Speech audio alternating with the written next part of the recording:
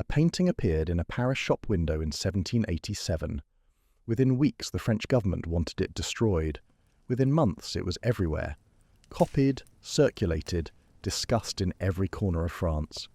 Within 2 years, the king would lose his throne, and eventually his head. The painting showed something simple. 2 aristocrats in silk costumes standing over a dead body in the snow. They'd just killed a man over nothing, a duel after a party, while France starved. But here's the twist that made this image so dangerous. The duel it depicted probably never happened. The artist may have invented it. And that's exactly why it worked.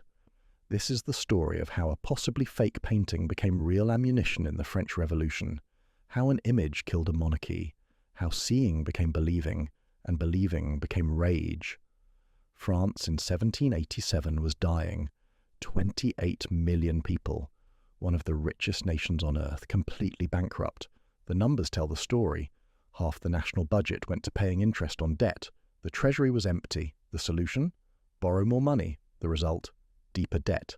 A death spiral. But here's the sick part. France wasn't broke because it was poor. It was broke because the people with money didn't pay taxes.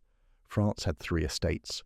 First estate, 130,000 clergy, who owned 10% of the land and paid almost nothing. Second estate, 400,000 nobles who owned a quarter of the land and paid almost nothing. Third estate, 27 million everyone else who paid for everything. If you were a peasant, you paid 70 to 80% of everything you produced in taxes, fees and obligations. The aristocrat who owned your land, maybe 5%, maybe nothing. This had been going on for centuries, but in the 1780s the harvest failed. 1785 was bad. 1786 was worse. 1788 was catastrophic. Bread prices doubled, then tripled. People who normally spent half their income on bread were now spending everything on bread. Nothing left for rent, for firewood, for anything. Rural France was starving, actually starving. Paris was rioting over bread, and the aristocracy was partying. This is where our painting enters. Spring 1787, a print shop on Rue Saint-Jacques, one of the busiest streets in Paris. Thousands walk past every day. Then the painting appears in the window. 2 aristocrats in costumes worth more than a village makes in a year.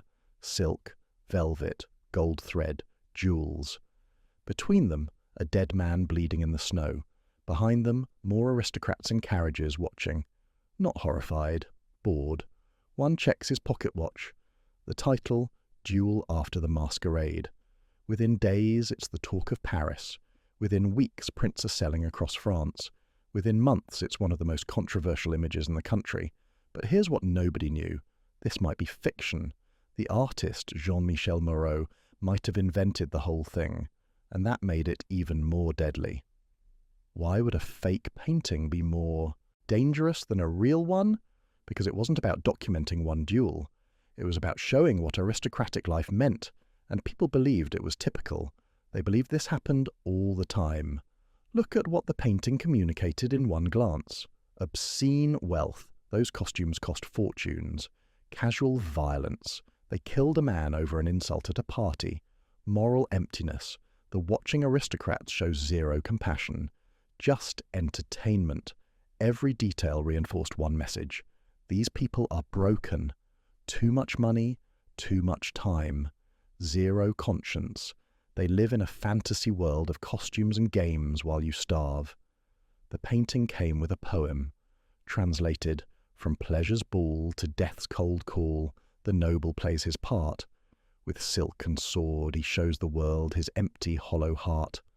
Not subtle, not trying to be. Prints sold for a few sous, cheap enough that even poor people could buy them. The image appeared everywhere.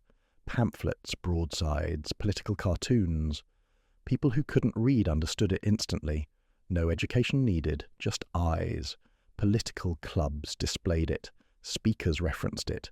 Even illiterate peasants heard about the painting and knew what it meant. The French government panicked. Some officials wanted to ban it, but it was too late. The image had spread too far. Trying to suppress it would only prove it was dangerous, would only validate the criticism. This is the power of visual propaganda. Words can be argued with, But an image hits your gut. You see those aristocrats standing over that body, and you feel something immediate. Anger, recognition, injustice made visible. For the Third Estate, this painting became a symbol. Years of suffering, of exploitation, of rage, all crystallized in one image. But symbols don't overthrow governments. So what actually happened? Here's the thing about revolutions. They don't happen just because conditions are bad. Conditions can be terrible for decades without revolution. Revolutions happen when people stop believing their rulers have a right to rule, when the existing order stops seeming natural and starts seeming illegitimate. That's what this painting did.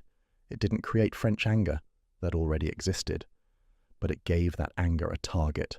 It made abstract grievances feel personal. It showed people exactly what they were up against, and it was about to get much worse for the aristocracy. Summer 1788. The harvest fails completely. Bread prices skyrocket. France is burning. King Louis XVI is out of options. The nobility won't accept taxes, the treasury is empty, the people are rioting.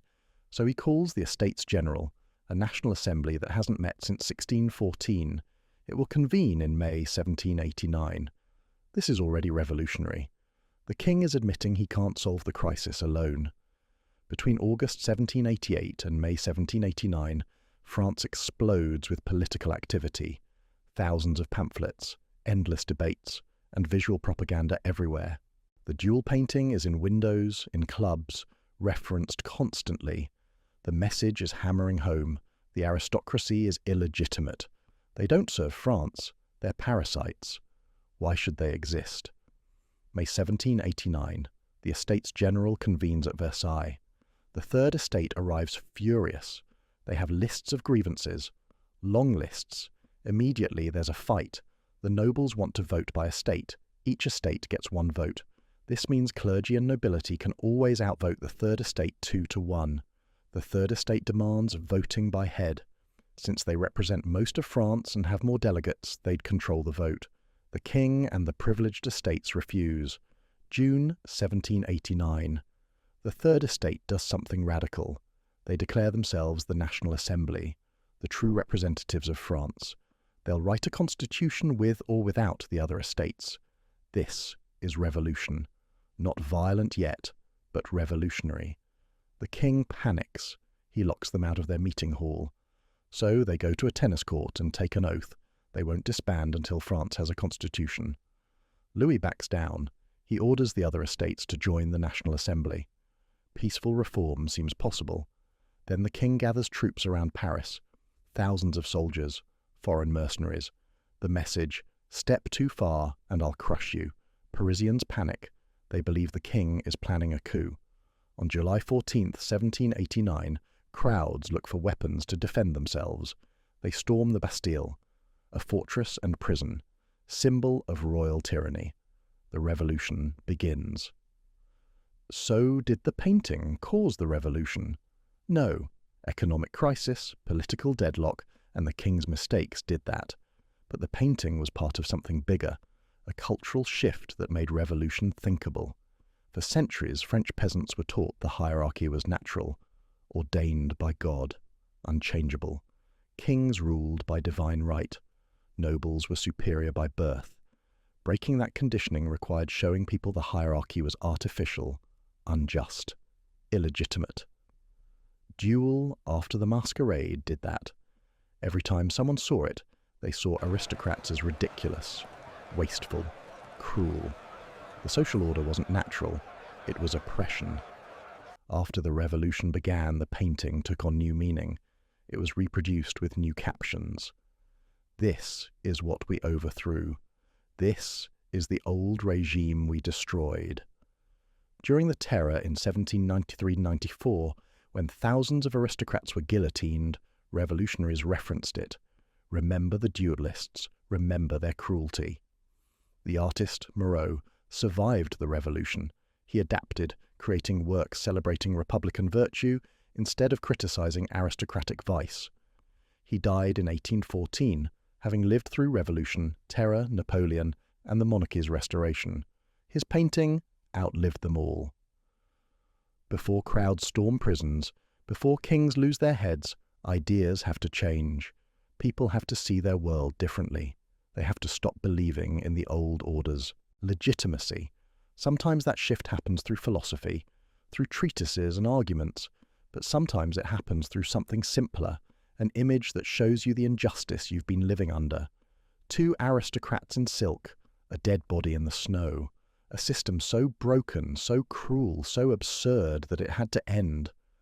Duel After the Masquerade didn't start the French Revolution, but it helped make revolution possible by changing how people saw their world. That's the power of images. They don't just reflect reality. They shape how we understand it, how we respond to it. And sometimes the spark that lights a revolution isn't a speech or a manifesto. Sometimes it's just a picture that shows people what they already knew but couldn't quite see.